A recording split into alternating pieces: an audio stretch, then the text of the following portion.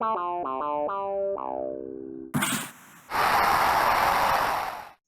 that last one, the puck over the glass. They got the call right. It was the right call. It was a penalty. But what bugs me is that you can't call something you didn't see.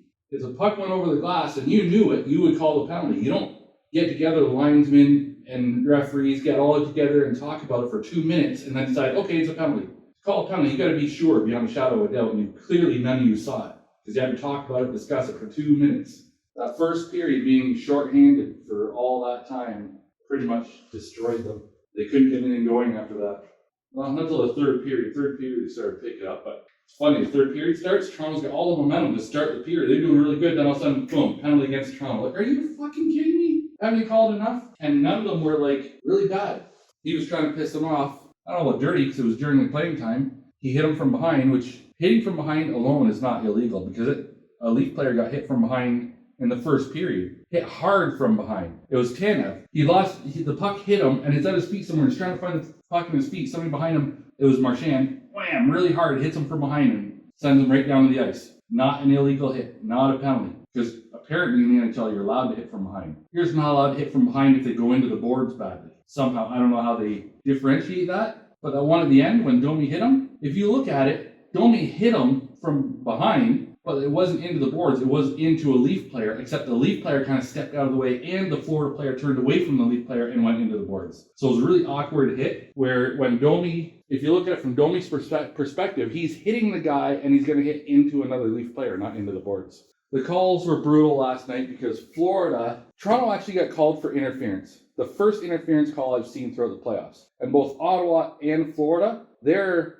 playing style is interference. Their whole playing style is based on interference. When Florida's got a really good forecheck, so they'll dump the puck in, and they'll have two guys in a row going into forecheck. So one goes in, and the defenseman will kind of try to hold him off while the other one goes past and gets the puck. And they actually play it's kind of like a reverse T formation. So there's a forechecker, and then a 2D, which is really unusual. Usually it's like 1, 2, and 2, or 2, 1, and 2, but they play like a 1, 1, 1, and 2. Really effective because they work hard. It works. But for Toronto dumps, and they play like a 1, 2, and 2. So they dump it in, the forechecker goes in for the puck and tries to get back to the other two guys coming in, to one of the two. And it's not working because Ottawa and Florida both do this. That one forechecker, they'll have two defensemen back there, and the one forechecker gets interfered with by one of the defensemen while the other defenseman goes to get the puck uncontested. And it pisses me off because eventually you got to call that interference. Because Toronto's entire playing style is based on this one forechecker, but you're allowing Florida to break the rules and interfere with that forechecker, and that gives them the win, basically. Like, it takes away Toronto's whole game.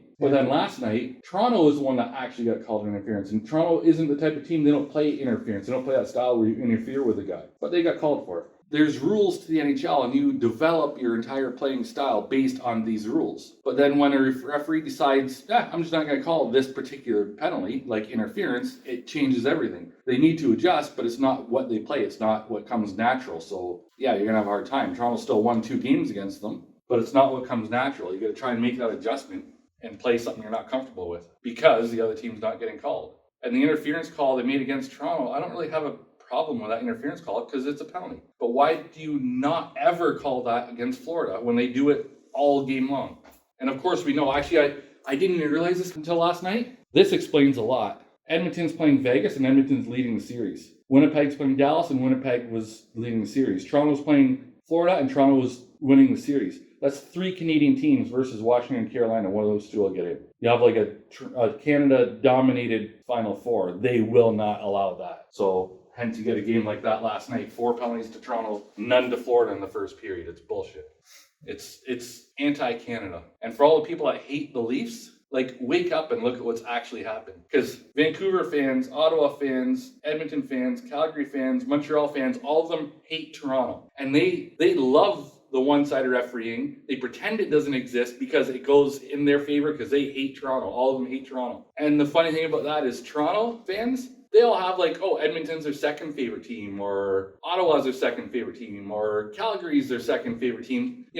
Toronto fans, most of them are Canadian fans too. So they love Toronto, that's their team, but they also have another Canadian team they cheer for. I'll say most Toronto fans are like that. But it's not. It doesn't go the other way around. If you're not a Toronto fan, you hate Toronto.